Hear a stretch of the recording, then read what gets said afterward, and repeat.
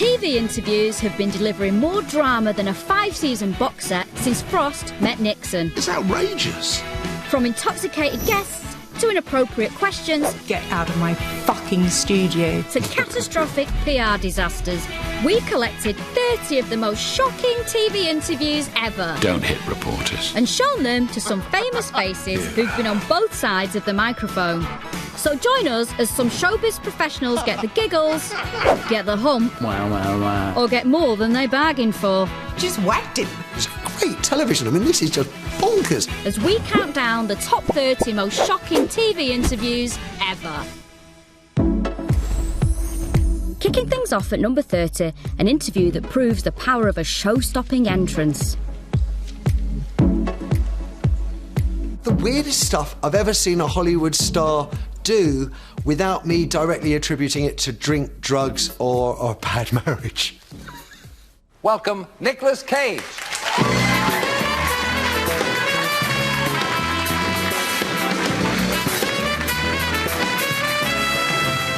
Nicolas Cage interview. I mean, I think that's my favourite interview ever with Wogan, because now interviews are so pre-packaged and they're so super managed, you know, and they're just all about promoting themselves, whereas this was just anarchic fun.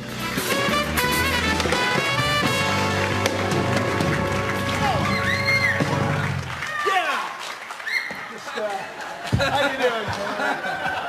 Well, understatement's the watchword tonight. It looked like he was playing a British audience, but only was accustomed to playing American audiences, because American audiences are full of woo! And he thought he was gonna get a lot of that.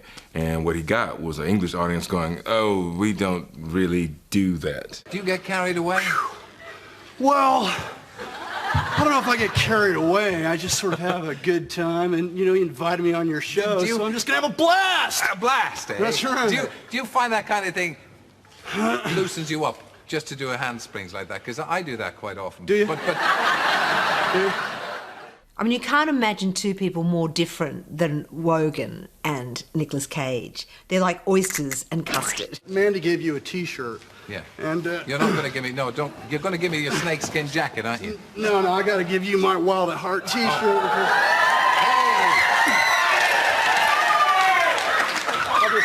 I'll just put this jacket It's a big back night on. for me, I can tell you.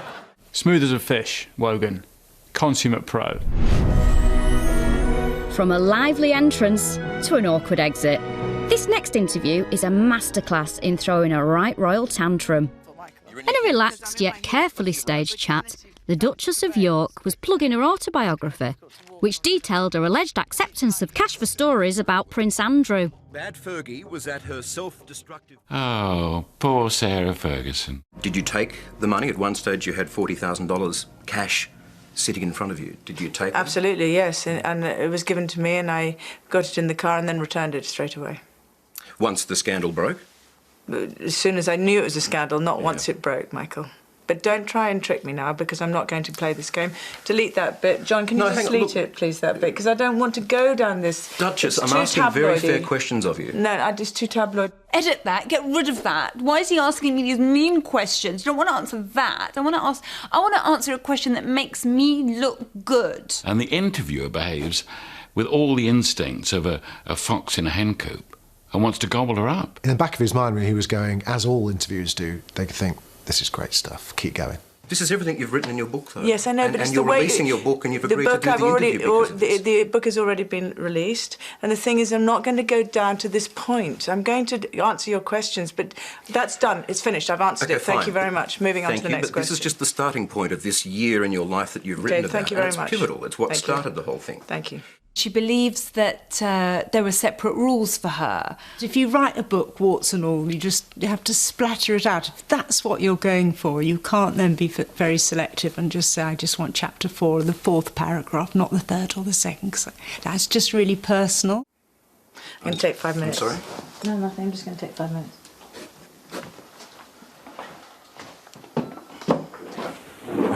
She doesn't know what to do, so she almost runs as if she's running away from the fox. She sort of gets up and walks away. She just can't take it. You know that the moment you storm out, you're going to be on a clip show. And some producers up and down the country going to go, yes. If you thought Fergie was hard to control, just wait for number 28. When an unusually nervous Michael Parkinson sat down with the famously unruly emu, it was a recipe for disaster. Rod Hull and emu on Parkinson, is almost like a warning from history. Oh my God. Is that yours? Yes, it's mine. Let's have it back. Let's have it back.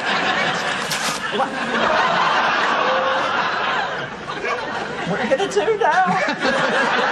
Any minute now, he's going to attack me, and I don't know when it's going to happen. I don't know how it's going to happen, but it's going to happen. It's the suspense of the moment, so, building the tension between bird and man.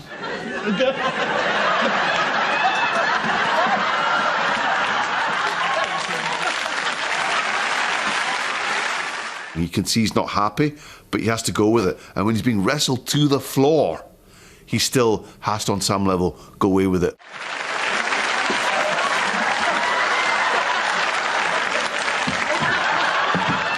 I thought Parkinson was brilliant, the way he just let Parkinson was very good. He let Emu attack him, and he went with it, and then he lost a shoe at the end. It was cringy, but it was funny as well, so I do wonder what Parkinson made of it all. Coming up, things are getting a bit punchy. Don't hit reporters. And what on earth's going on The One Show? This was as box office as tea time gets in this country.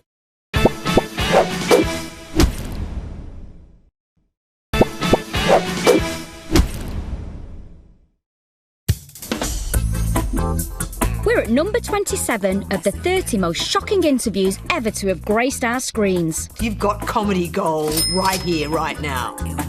And it's the feistiest encounter yet. Get ready for the unlikely pairing of formidable 80s pop idol Grace Jones and genteel chat show host Russell Harty. Grace Jones, you know, global icon. I remember when she came out with that song, I'm Not Perfect, but I'm Perfect for You. That sounds like something a woman says to you when she has you tied up and you just go, yeah, baby, whatever you say. Think you can let these chains loose? No, you're right. She's terrifying, isn't she? She's absolutely terrifying. She's almost like if Vincent Price had been a black woman. Russell Harty, you know, little pipsqueak with a condescension chromosome. I mean, I thought that your costume would probably be more lavish than that which you appear to be wearing. I'm overestimated. By the world at large or by your public? By everybody, I think, yes. He was so sexist and so racist towards her. I mean, first of all, he referred to it at one stage as just she. But no doubt she'll relax as we get along. And fall out of the chair.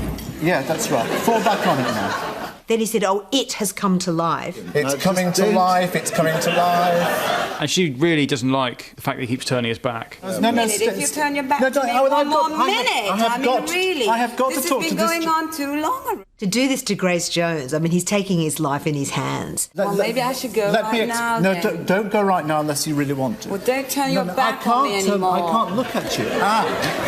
Now, hold. Don't. Grace Jones slaps Russell Harty. Just whacked him. And it takes him by surprise a bit. Hold on, just a moment. Just a Move moment. your chair back a bit or something. She just hit him, and every woman in the audience was with her. Because some of them are like, yeah, you have been turning your back. I don't stand by anybody hitting anybody, but it was magic television. If you thought Russell had it bad, try being the BBC reporter up against hardman Jim McLean, chairman of Dundee United, after a humiliating defeat on the pitch. There is absolutely no way that I will walk away from this situation. How long do you give Alex Smith to get it right on the park? Well, you think I'm going to answer a stupid question like that? I'm only asking it. Well, Could I you told you earlier I wouldn't be answering it. And make sure that that's got right. And I'll tell you something. Don't ever offer me that again. That's not what you're allowed to do. If you're a public figure, you mustn't lose your temper. That's the first thing. Second thing, don't hit reporters. And I'll tell you something. Don't ever offer me that again. He hit the BBC reporter with such ease and with no thought. You just imagine he probably punched a lollipop lady on his way to the interview because she was taking up his time at the zebra crossing. Martin Scorsese always says show, don't tell, and that's exactly what that clip did. It's worthy of Scorsese. And make sure that that's got right. And I'll tell you something. Don't ever offer me that again. A full-blown assault, and still only at 25. Well, a swift right hook is nothing compared to the relentless pounding one politician got when he went on Newsnight in 1997. Bang, bang, bang. It's like a heavyweight fight. Jeremy Paxman, the Rottweiler of interviews, as the newspapers would dub him. This is the Lionel Messi of our trade. He takes Michael Howard all around the block, knocks the ball in the back of the net, and they get locked on this point. I did not overrule Derek Lewis. Did you threaten to overrule him? Mr. Marriott was not suspended. Did you threaten to overrule him? I have accounted for my decision to dismiss Derek Lewis. Did you threaten to overrule him? Detail. I find it incredibly cringy when politicians do that thing of absolutely stonewalling the question and carrying on with their agenda. A masterclass of avoiding and evading answers. I did not instruct him. And Did you threaten to overrule him? The truth of the matter is that Mr. Marriott was not suspended. Did you threaten to overrule him? He was trying to make it clear that there's a difference between overruling someone and saying you're going to overrule somebody. It's a nuance, but that is what Paxman was going for. And so he went for it 12 times. I did not overrule Derek Lewis. Did you threaten to overrule him? I took advice on what I could or could not do. Did you threaten to overrule him, Mr. Howard? Scrupulously in accordance with that advice. Oh, look, politicians have always evaded the question. Probably Cicero evaded the question in Roman times. I'm sure they all evaded the question. The important aspect of this, which it's very clear to bear in mind... I'm sorry, I'm going to be frightfully rude, but... Yes, you can... I'm sorry. It's a quick, straight yes or no. You can put the question, and I will give you an answer. Did you threaten to overrule him? He's not sorry that he's got to answer. He's loving it. He knows he's got the bloke on the ropes. If this was a boxing match, it would have to be stopped. With respect, you haven't answered the question of whether you threatened to overrule him. He would have just kept asking that question until one of them died. Time for something a little more family-friendly. Or at least we thought so. When the jubilant fanfare of trumpets calls Middle Englanders to their sofas for BBC One's weeknight chat show, they probably aren't expecting hard-hitting political journalism. Yeah, the one show that chat show for low-voltage white people, yeah. Yeah. Fair play to Matt Baker, because I think he played a blinder here. He had David Cameron on the One Show. This was box office as tea time gets in this country. No difficult questions at all. Everything was easy. David Cameron must have been sitting there thinking, hey, I'm doing okay. I'll be back with Sam in time for Brexit. And then he just slips in that killer question just for all the time. How do you sleep at night? Okay, fair enough. Honestly, thank you so much for coming. Yeah, it's been a pleasure. It's really lovely to come a on. wonderful, really wonderful nice. evening. Just very quickly, how on earth do you sleep at night? Cameron's like, oh, was that a joke? And he's like, well, actually, I sleep quite well, blah, blah, blah.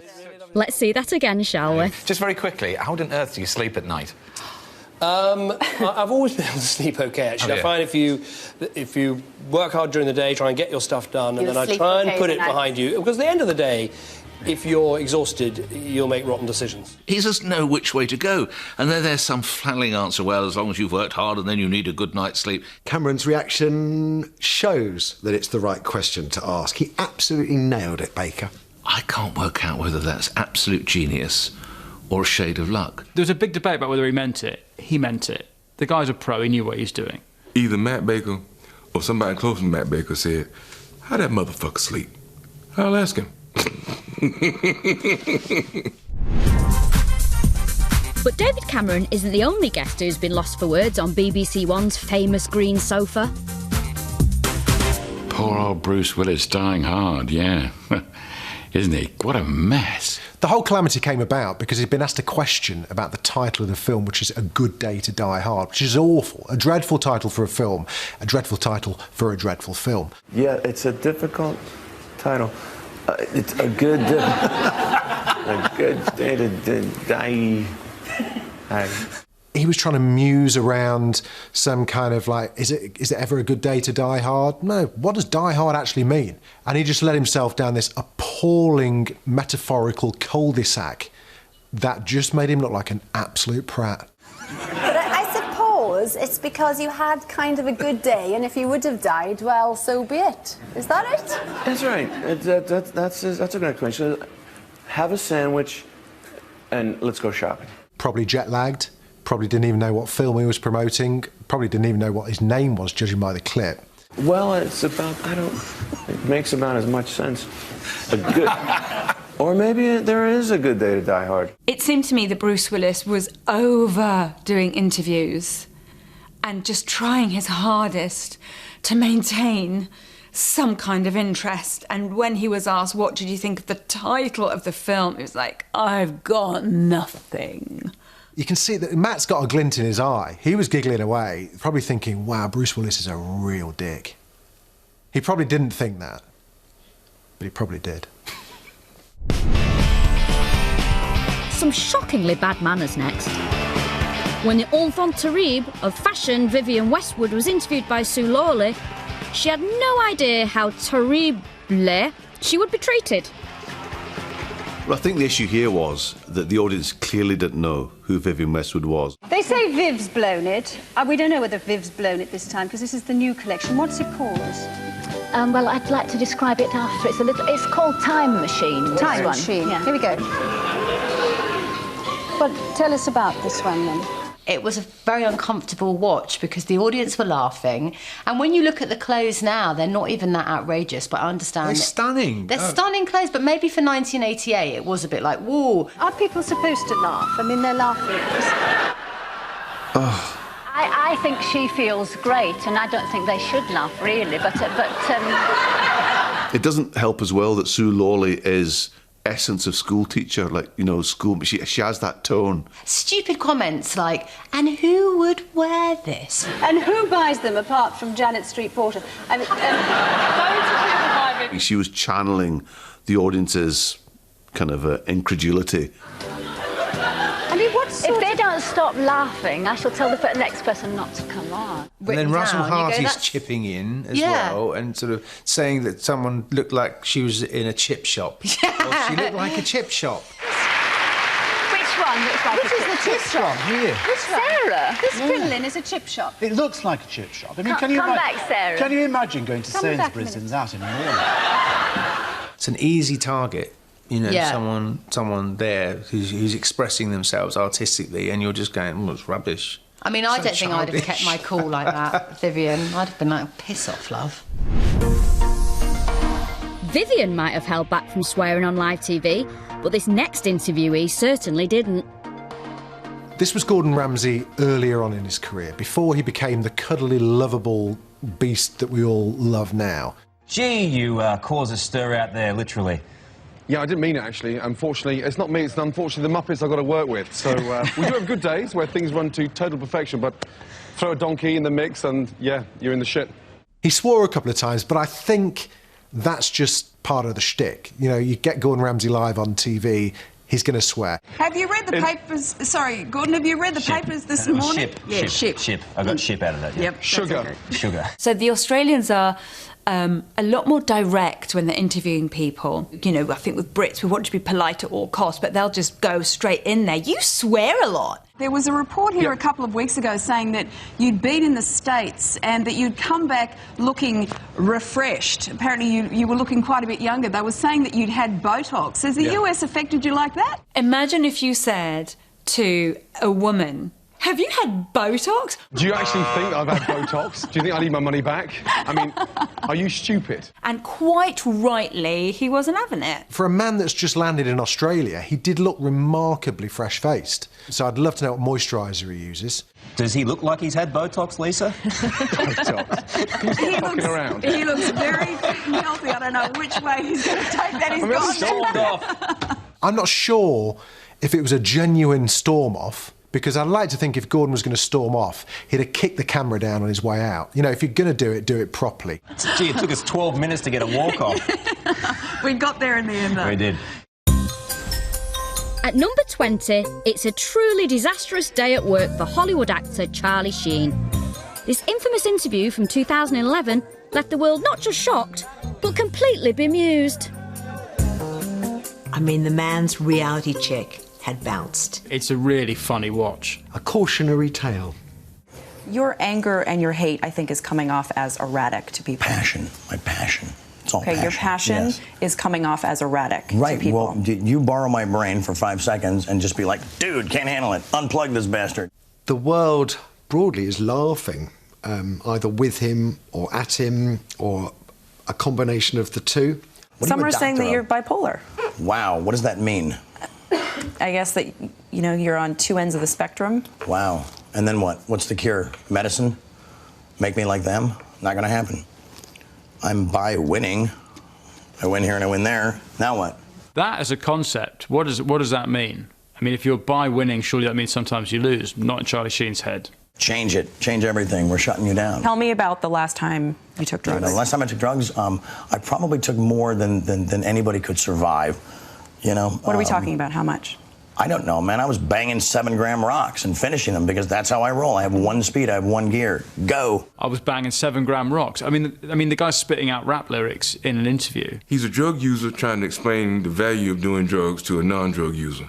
And that's like being an atheist trying to explain to a Christian why atheism is so great. You don't worry that you're going to die when you take that many drugs? Dying's for fools. But you're only human. Charlie Sheen, at least at that point, was living a nighttime life. One of the toughest things to do is to blend among daytime people when you're a nighttime soul. It's a level of honesty from a celebrity that we've not seen before or since. I kind of admire his just brazen bravado. It was kind of breathtaking in a way. When you look back at the last time you used drugs, are you disgusted with yourself, or do you think, how could I have done that? I'm proud of what I've created. It was radical. You're proud of that party moment? Of course. Why wouldn't I be? Drugs? No, Why would you be? Because I expose people to magic. I expose them to something they're never otherwise going to see in their boring, normal lives, and I gave that to them. People are always going to wonder whether it's right for TV to air these interviews. Of course they should have put it on. The guy's a role model. Kids have got to see this. It's either don't end up like this or have some 7-gram rocks, kids. This is the way you're going. Coming up, as we enter the top 20 most shocking TV interviews of all time, we've got a Dane, a Prince and some pop royalty. It was brutal but deserved, I think.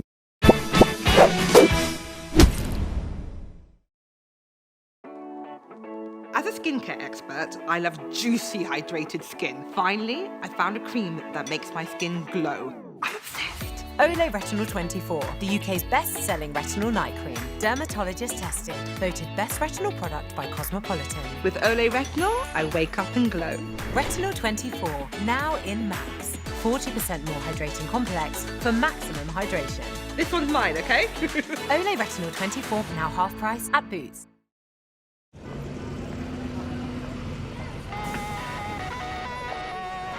This is making breakfast and my 9 a.m.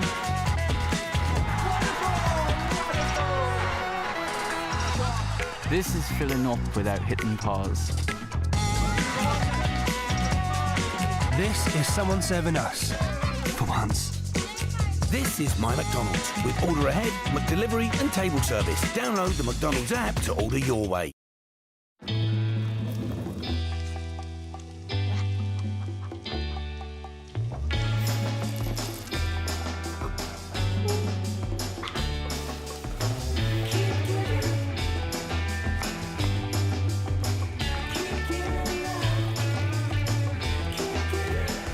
It's taken my family generations to perfect the perfect curry. Patak's makes perfect.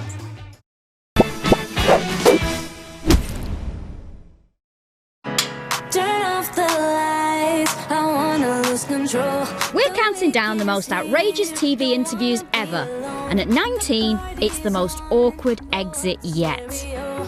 S Club 7, managed by media mogul Simon Fuller, were known for their shiny pop spirit, but the party was most definitely over in 2003 when they spoke to a fresh-faced Claudia Winkleman.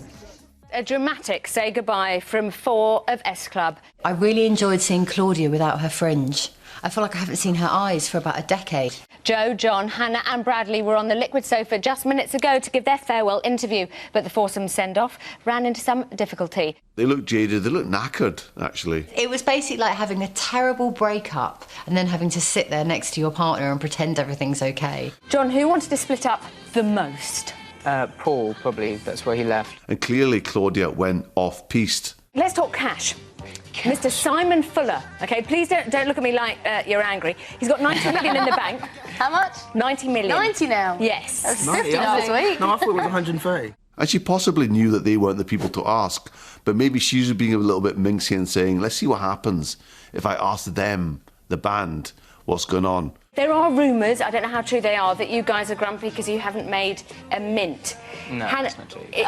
Are you not grumpy about it We at all? didn't get a mint. I would love a mint. My breath, I didn't. Yeah, brush I'm this a bit morning. pungy, actually. They're probably thinking of their own future. They're probably thinking, if we tell the truth here, we might be actually finished in this business. You can imagine what you don't actually see, which is the PR or agent. She's listening, and at what point do you actually storm on set? I think we're all really lucky to be where we are today at our age and have the bank balances that we do have. Please, I'm not having that. I'm not having you asking that question. I tried to stop this and I've had to walk in here. Can you go? We're going.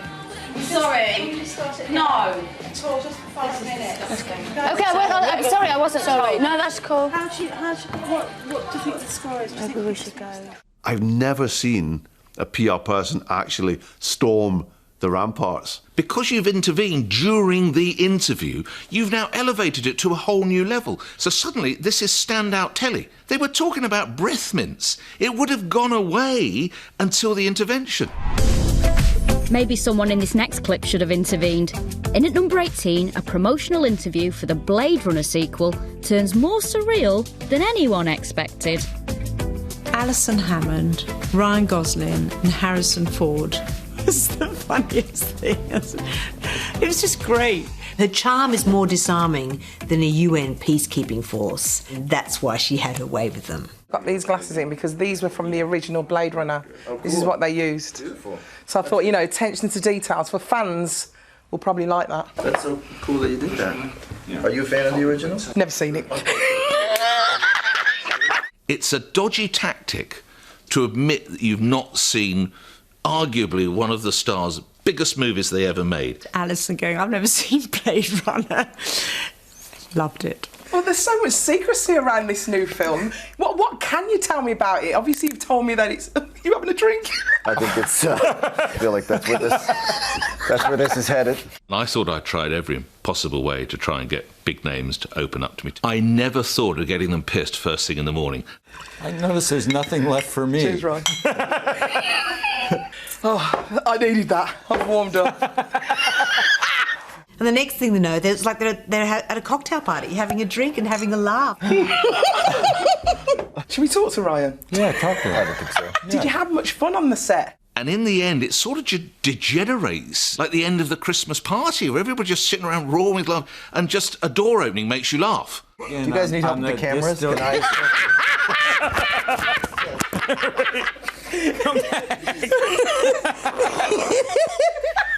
They're just joining on the joke. Mind you, she's hard to resist. In fact, they egg her on, and then she's got this brilliant, infectious laugh. What's not to love? So nice to meet you. That's the funniest interview ever. What a way to start the day. This morning? This morning. Yeah. Cheers. Cheers. What a morning. You know I don't drink. Did we learn anything about the movie? Probably not. Was it absolutely compulsive viewing? Yes, it was great. Credit to her. In at 17, it's our second royal revelation, but don't worry, not the last. Nowadays, Prince Harry and Meghan Markle are known for bombshell interviews, but it was their ITV News appearance in 2019 that first shocked the nation. It's not enough to just survive something, right? Like, that's not the point of life. You've got to thrive, you've got to feel happy, and I think I really tried to adopt this British sensibility of a stiff upper lip. It has its, advantages, I guess. I really tried, but I think that what that does internally is probably really damaging. This was absolutely their baby. This was Harry and Meghan's show that they choreographed. They'd fallen out quite badly, I think, with everyone, apart from Tom Bradby, who was clearly on their favourite journalist list of one. When I asked Meghan how she'd found the past year, I thought her answer was pretty interesting. Thank you for asking, because not many people have asked if I'm okay, but it's a very real thing to be going through behind the scenes. And the answer is, would it be fair to say not really? okay, as in it's really been a struggle. Yes. Apparently, when you're married to a prince, no one ever asks you if you're okay. So it was a soft interview, but in a way you have to go, well, good for Meghan. There is no reason that Meghan Markle needs to be on trial by a more robust interviewer. Harry gave another part of the equation, the unresolved consequences of his own legacy and the death of his mother. Every single time I see a camera, every single time I hear a click, every single time I see a flash, it takes me straight back. So in that respect, it's the worst reminder of her life as opposed to the best. He knows what happened to his mum at the hands of the same people that were now making his wife suffer. And he, like his mum, but in a very different way, was out for blood. I will not be bullied into playing a game that killed my mum. It's pretty shocking stuff, because that is the stuff that may have been fed to the press before by the royal family, but never actually uttered by them personally. This is the first sign of the long goodbye of Harry and Meghan leaving the royal family. From American British royalty to British Hollywood royalty. Confused? Model and newly turned actress Cara Delevingne was when confronted with the dumbest questions in 2015 on Good Day Sacramento. The presenters hadn't done any prep. They were just completely winging it. They are snippy towards her. What a shower of arseholes they were. Hi, how you doing? We're doing all right. Nice to have you here. So the movie is based on a best-selling book by John Green. You play Margot, the star character there. Did you get a chance? The book is taught, I know, in a lot of high schools and such. Did you get a chance to read it, or do you even have time to sit and read? These days you're so busy. Did you read the book? Of course you read the bloody book.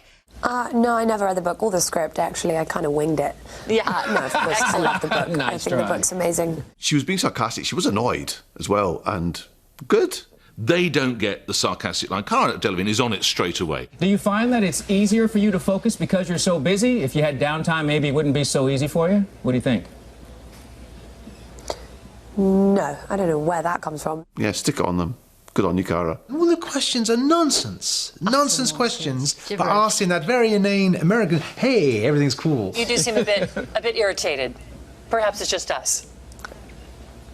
No, I think it's just you. Good on her. I'm glad that she reacted. I think they just thought that we can steamroll in and ask what we like, and I think they were surprised that she actually showed some personality. We'll let you go then. How about that? We'll let you go take a little nap, maybe get a Red Bull. How about that?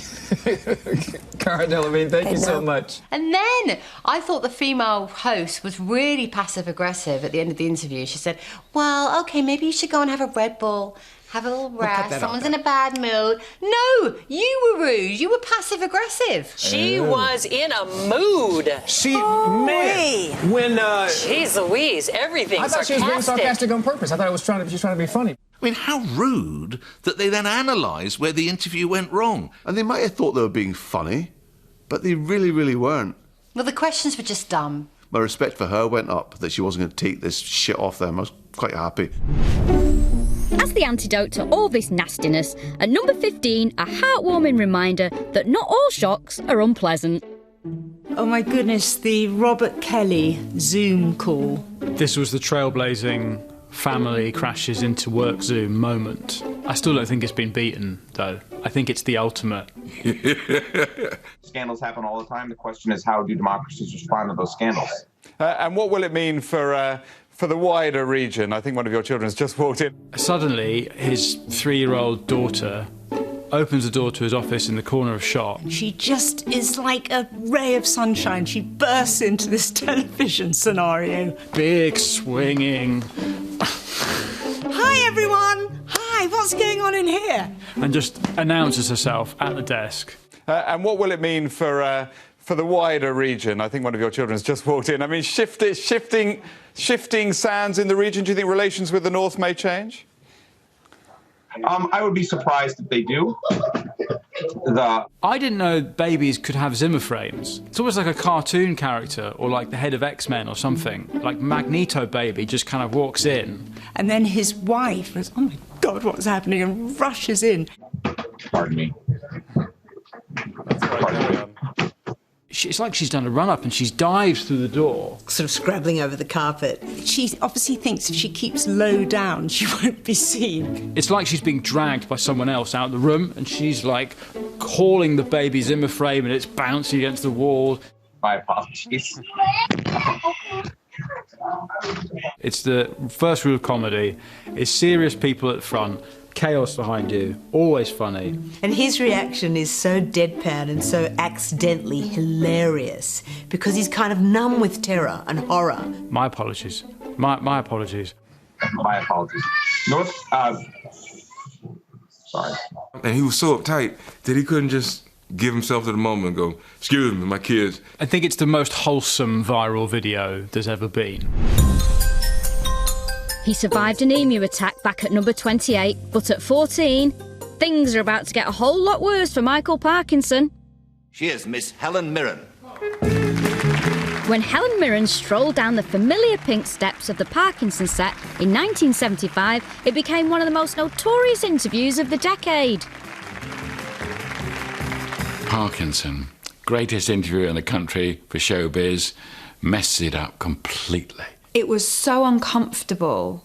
It is so blatantly sexist. It was like an episode of Confessions of a Window Cleaner. I mean, you are, in quotes, a serious actress. In quotes? Yes. What do you mean in quotes? Well, you know, it's How because dare it's a kind of cliche. People say, well, a serious actress as yes, opposed to I an see. unserious actress. But do you find, in fact, that this, what could be best described as your equipment, in fact, hinders you, perhaps, in that pursuit? I'd like you to explain what you mean by my equipment in Well, people watching... great detail. Well, your physical attributes. What? Really? Is that where we are now? So misogynistic and ridiculous and sexist and weird. You mean my fingers? No, I meant your... Come on, spit it out. I meant your figure. My figure? Sorry, what was the beginning of the question? I've forgotten. Helen Mirren, to her credit, bats it off. And she, quite rightly, just feels, look, you're trying to demean me. So all credit to her for just carrying on. I suppose she's a great actress. The question was, do you find that your figure, your physical attributes, which people always go on about, hinder you in your pursuit of the ambition of being a successful actress? A successful or and a serious actress, because serious actresses can't have big bosoms. Is that what you mean? It just goes on and on and on. It's the gift that keeps on giving. Yeah, can you imagine something like that happening on the Graham Norton show now? He would be cancelled before the credits had even up.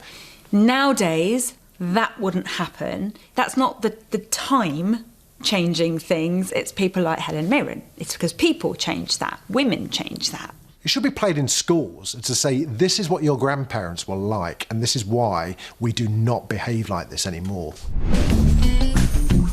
13 is an unlucky number, especially as it turns out, for Whitney Houston. In 1986, she found out that English sexism is pretty tame compared to French sexism. Whitney Houston is on a French talk show. And then she sat next to Serge Gainsbourg. He was a national figure in France. It was almost like someone had been asked to take all the worst French stereotypes and put them into one human being. It's truly gobsmackingly awful. She's a genius. Voilà, he says you are genius. Oh, thank you. Vous êtes génial. Thank you very much. Oh, a free of mind. Voilà, he says you are great. Il dit que vous êtes très jolie. The way he keeps touching her, like he's pouring her. You just want to put him in a vat of penicillin, a jacuzzi of penicillin, before you even shake his hand. Don't try, eh? I said I want to fuck her. Oui, alors, je vais vous traduire. No. No one can mistake the word fuck. She's quite gracious most of the time, until the F-bomb is uttered. And that's when she realises that dinosaurs still roam the earth and she's sitting right next to one. She can't quite believe she's heard it. No, he says you are great. Il dit que vous êtes très jolie. Non. Non, il a dit ça, mais ça lui arrive de temps en temps. Je peux pas vous traduire ce qu'il a dit. Il a dit, j'aimerais bien vous offrir des fleurs.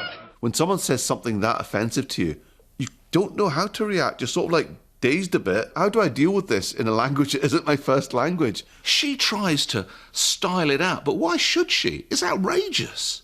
What's going through Whitney Houston's mind? Is she thinking, OK, I'm in France, it's a different culture.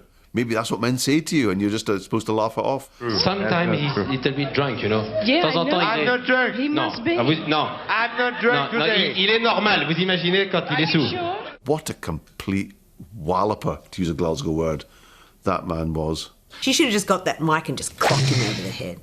There and then walked. Coming up, we're getting ever closer to the most shocking TV interview of all time. But first, incoherent utterances. You needed surtitles to understand what she was saying. And unfortunate incidents. It's hilarious. His eyes go, wah! Dinner plates.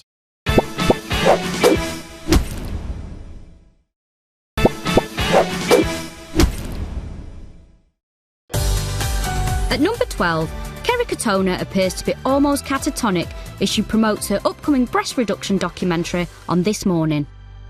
Daytime TV had a pretty good track record for being there when celebrities have a moment. When she first starts speaking, you think, oh dear, oh bless. That, looking at that it makes you like, wow, to how I am now, it was such a relief. I mean, they were so big.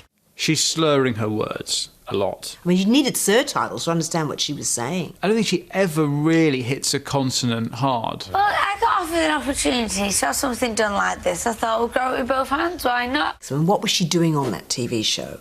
Why hadn't someone prevented her from going on when she was slurring her words? And bless Fern and Phil, they're really doing their best to wheedle out some sentence.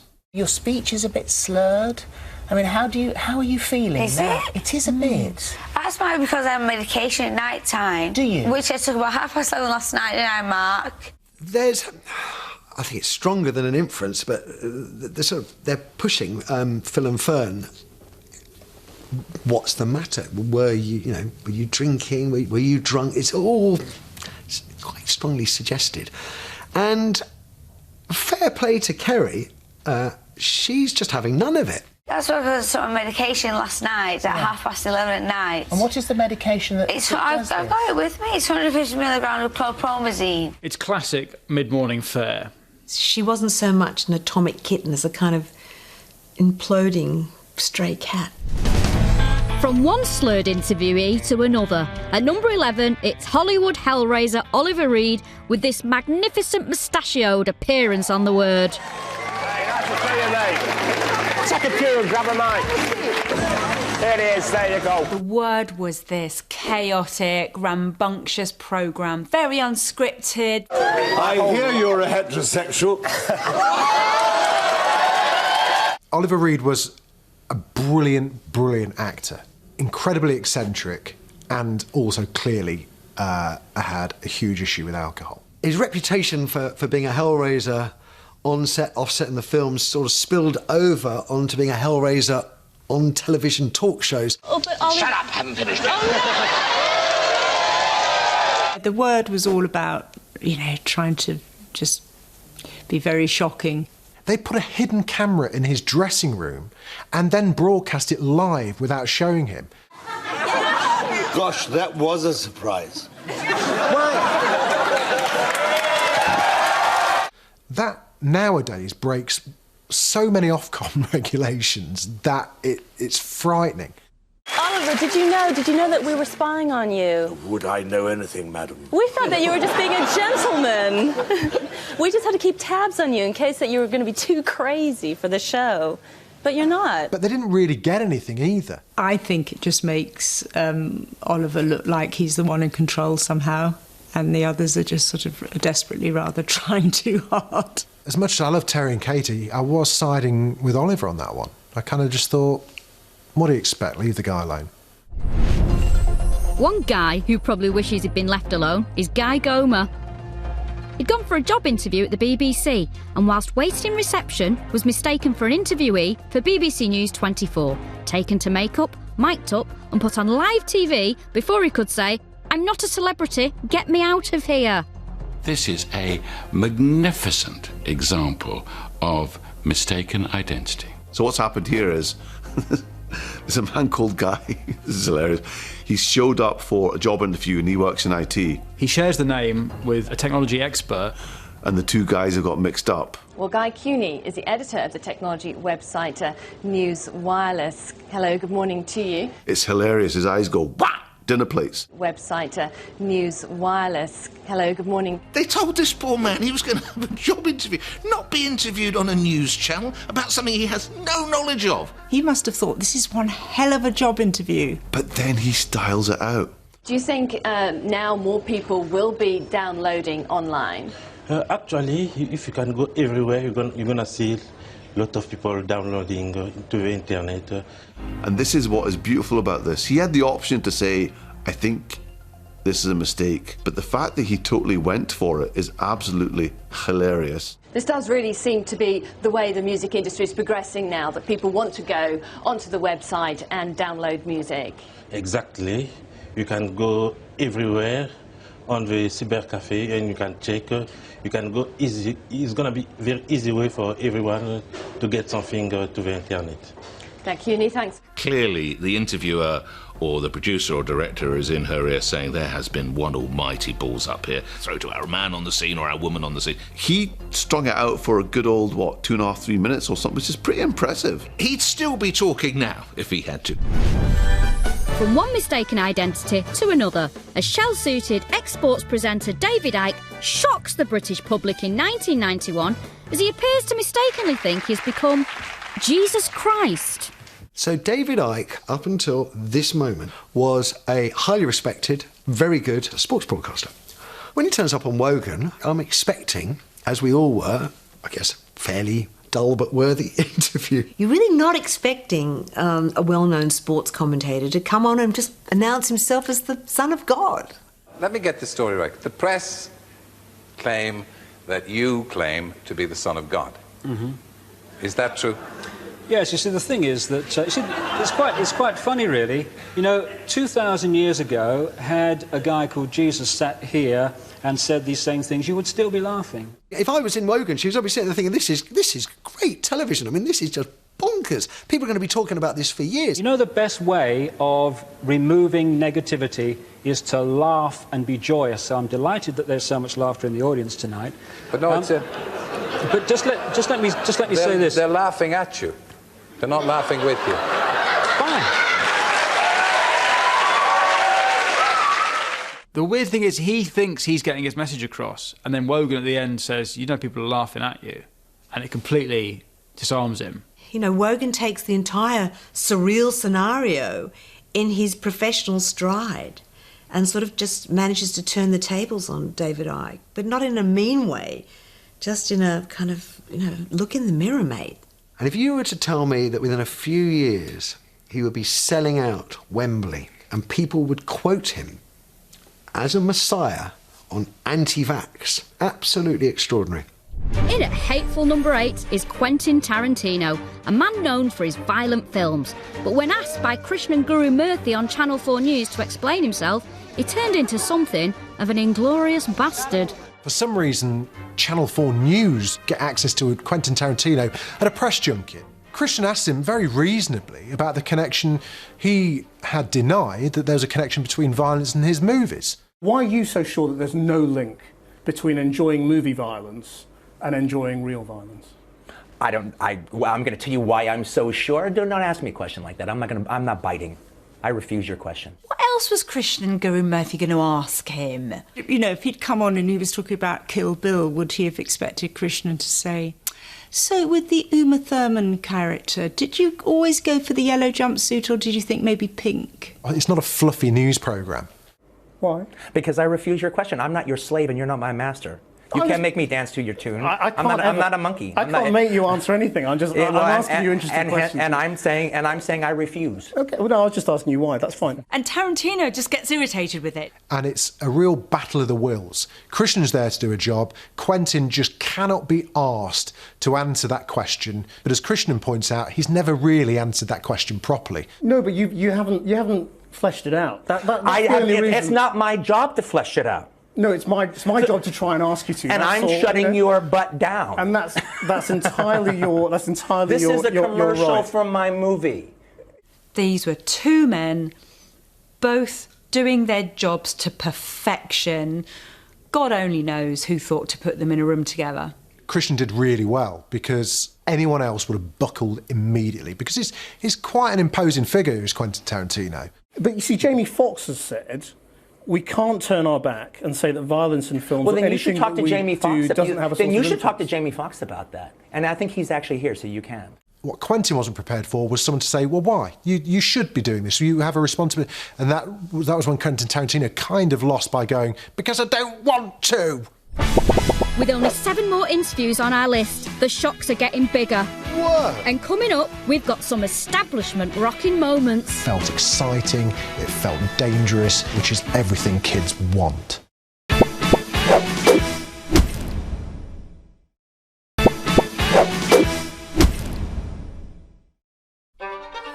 Carrying on our countdown of shocking TV interviews, at number 7, Princess Diana rocks the royal family and shocks the world in an interview that still reverberates 25 years after it first aired on BBC's Panorama.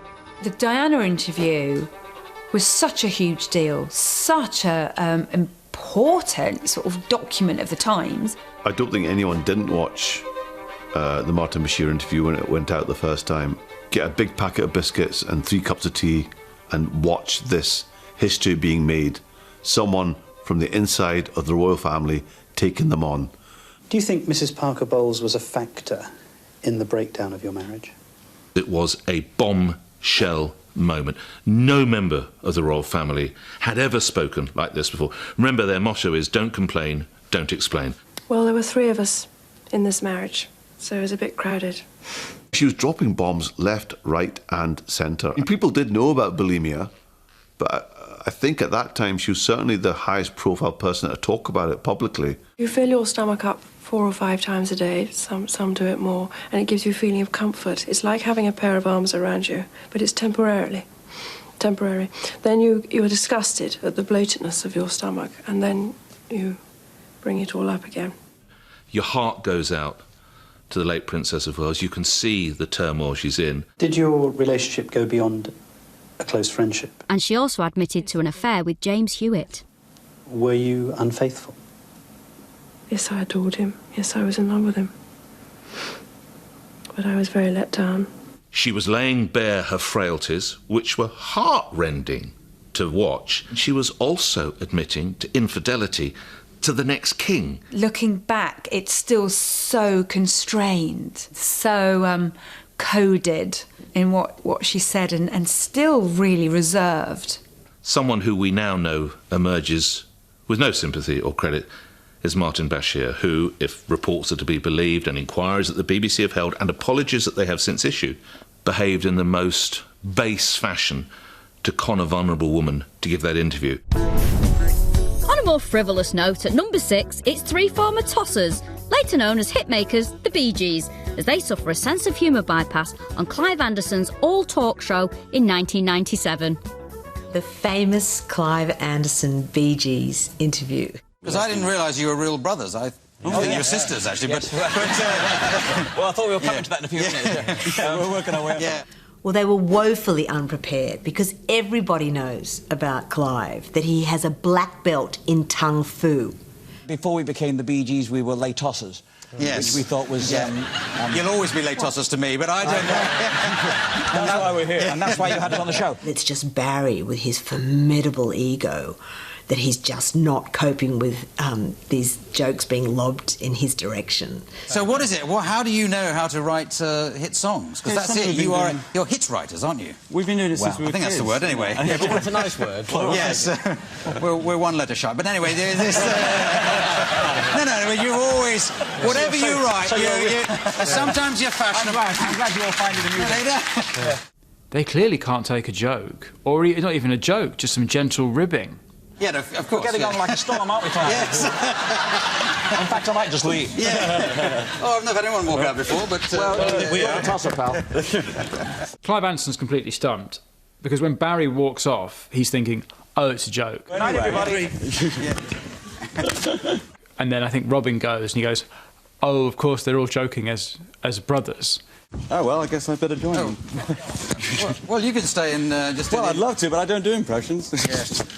And then they leave, And then he sort of looks at the floor manager comes on, and he's like, oh, Christ, they've actually gone, have they?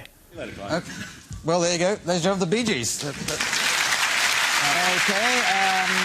It's the one time I've known Clive to look a little bit flustered. Clive, lost for words. What? At least the Bee Gees couldn't stop their appearance being aired, which is what Tottenham diva turned diva Adele did in November 2021. So explicit is this interview, so ungodly that they couldn't even show it. We can't even broadcast it because of our responsibility to societal cohesion. Hapless reporter Matt Duran was the only Australian lad to interview the global superstar about a new album. But when he admitted to having only heard one track, the interview was stopped and banned from ever being shown.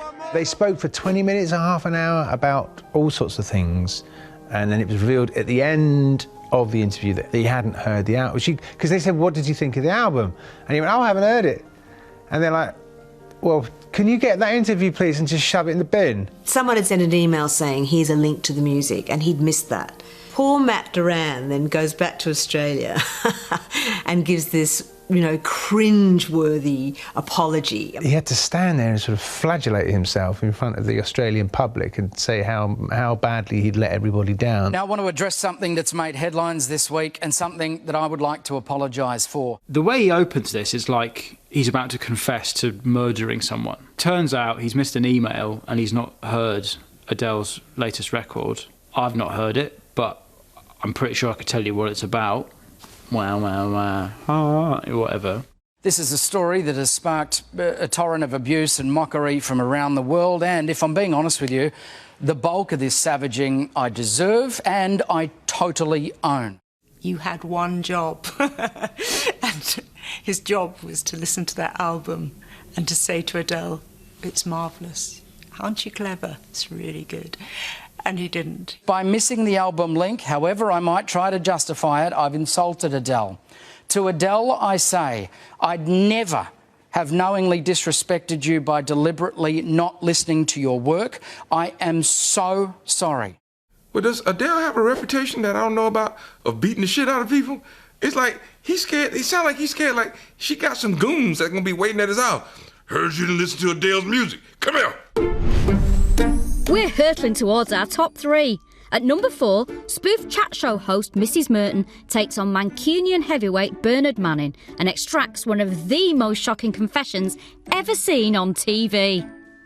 Caroline Ahern's greatest ever creation was Mrs. Merton. A slightly dizzy, lovable grandma, and asked kind of sweet questions, but then she was walking you into a bear trap. I've got to start this show off tonight with a public health warning. This show may contain Bernard Manning. That, if ever there was an interview of its time with Bernard Manning, with his awful racism, it was so shocking. She gets him very quickly to admit that he's racist. The thing about you is, Bernard, there's no getting away from it. You're a very good comedian, but... Nice of you to say that. You are racist, aren't you, Bernard? Yes.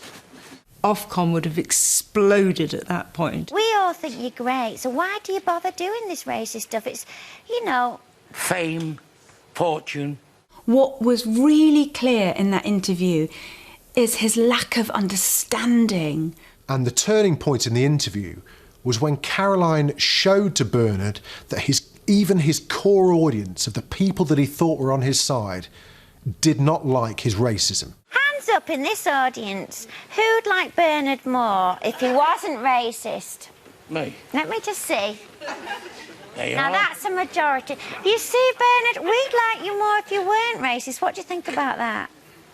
Well, I'm not really racist. I tell jokes about everything. They all get upset about it all.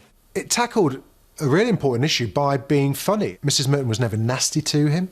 She didn't become aggressive or let him know that he was being cornered. She just very calmly and whimsically just let him fall on his own sword. Coming up, we're about to count down the top 3 most shocking TV interviews ever, legal proceedings permitting. Who the fuck told him this was a good idea?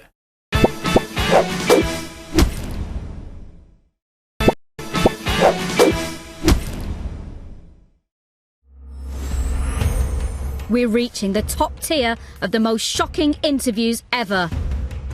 Oh, God. That's the worst. That's so the worst. Bad. And if you're not ready for one of the most appallingly awkward encounters ever, you might want to look away now. This has to be the most cringeworthy of all the interviews we're going to see. Working for Marvel, the Super Bowl commercial, did you get a lot of reaction to that Super Bowl commercial? What Super Bowl commercial? Oh, that makes me uncomfortable. To mistake Samuel L. Jackson for Lawrence Fishburne, I mean, how can you come back from that? You know what? I've been my mistake. You know what? See, you're as crazy as the people on Twitter. Right. I'm not Lawrence Fishburne. Take your medicine. You're going to get pummeled now for about 10 minutes. And Samuel L. Jackson rips the absolute piss out of you. We don't all look alike. Father, you're exactly we may be right. all black and famous. You but are we all don't look guilty. alike. I am guilty. Next question. I am guilty. And I know what happened to Samuel Jackson. He just got triggered. Was I in The Matrix? No. Was I in The Matrix 2? No. I was in Star Wars, motherfucker. But he's relentless. He won't let it go. And probably quite rightly doesn't let it go. He's the car black guy. There it is. Morgan Freeman is the other credit card black guy. You only hear his voice, though, so you probably won't confuse him with Lawrence Fishburne. You're 100% right. He's so deep in, he must be dying 1,000 deaths, which he deserves to. But now they've got to move on from that and just have a he chat. Knows that. How do you just move on from that and have a chat? But Samuel L. Jackson didn't let him move on from it. No. That became the joke, is like, how far is Samuel L. Jackson going to go with this? It probably would not be hard to get another person to sit right here. Let's talk about RoboCop. Oh, hell no. It was brutal, but deserved, I think. Speaking of brutal, in runner-up position, it's a bombshell of an interview. In fact, only the third F-bomb ever broadcast that sent a straight-laced viewing public into meltdown in 1976. The Sex Pistols and Bill Grundy was the car crash interview. They're a group called the Sex Pistols. I am told that that group have received £40,000 from a record company. Doesn't that seem to be slightly opposed to their anti-materialistic view of life? The more the merrier. Punks, they didn't respect a lot back then. And Bill Grundy represented everything that punk rock stood against. Back then, the interviewers were the authority figure, and so they allowed themselves to be very judgmental. I want to know one thing. What? Are you serious, or are you just trying to make me laugh? Go on. Really? Yeah. No, but I mean about what you're doing. Oh, yeah. He went into that interview just wanting to sort of slightly take the piss and make them look silly. Big mistake. They were walking into a trap. Bill Grundy wanted them to be horrible. And he was like, what was that? Say it again. Go on, say it. Say it. Well, suppose they turn other people on. That's just their tough flicked. It's what? Nothing, a rude word. Next question. No. What was the rude word? Shit. Was it really? It felt dangerous. It was everything your parents hated, which is everything kids want. Go on, you've got another 5 seconds. Say something outrageous. You dirty bastard. Go on, again. You dirty fucker. What a clever boy. What a fucking rotter. You dirty fucker. The F-bomb was front-page news, debates in the House of Commons about it. It did far more for punk rock than it did for Bill Grundy, that's for sure. Who wins this one? The Sex Pistols. So they should. This is it. It's almost hilarious if it wasn't so tragic. The moment you've all been waiting for. I remember watching it, utterly stunned. Our number one most shocking interview that left the nation gobsmacked. Oh my God, it didn't disappoint. So, get the pizzas in.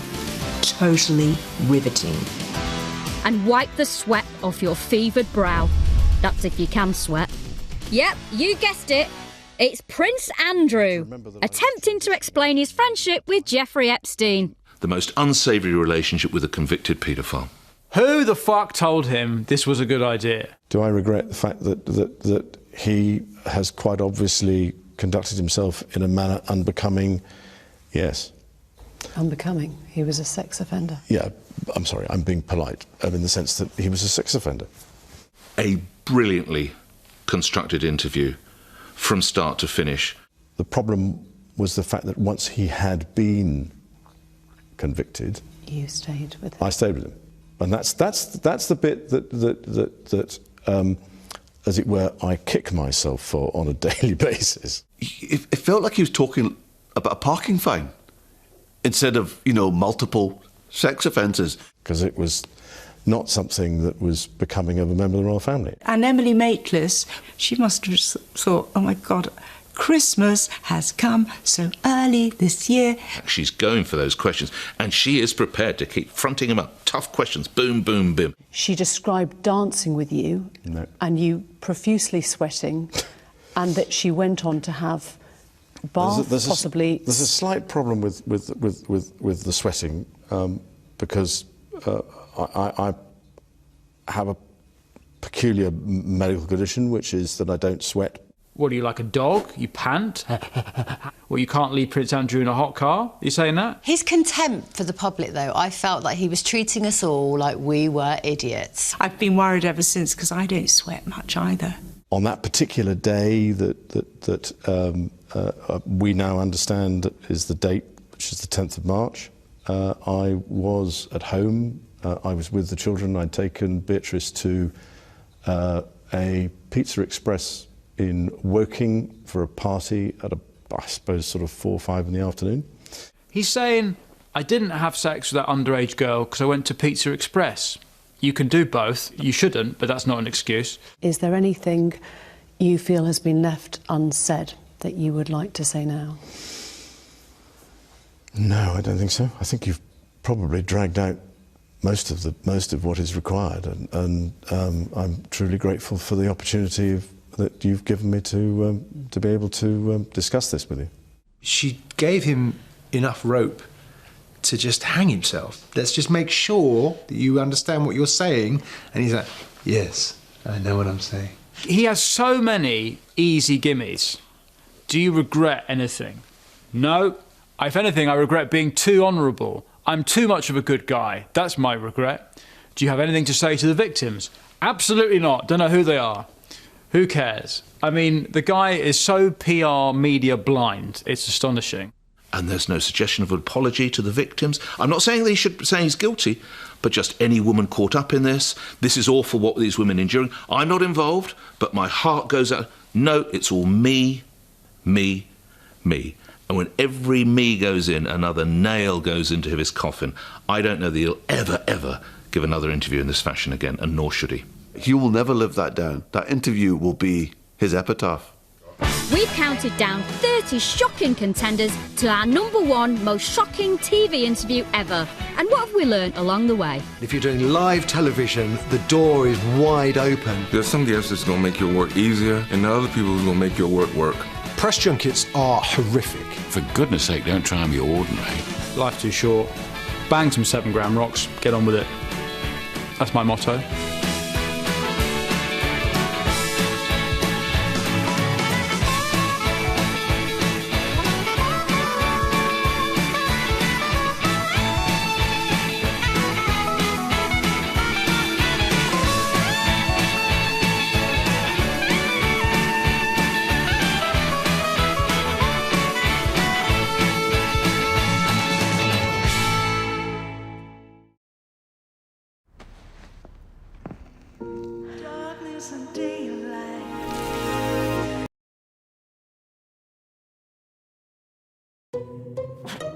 No matter what you use to fight a cold.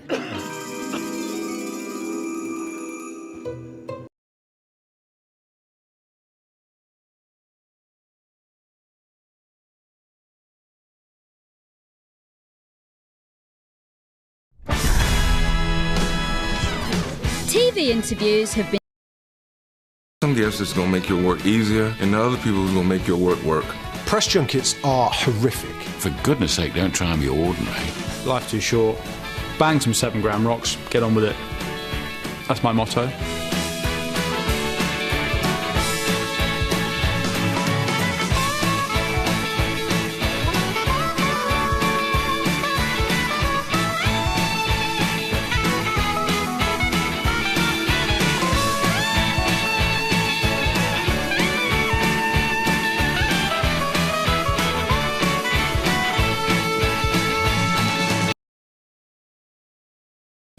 give another interview in this fashion. Door is wide open. There's some guests that's going to make your work easier, and the other people who's going to make your work work. Press junkets are horrific. For goodness sake, don't try and be all.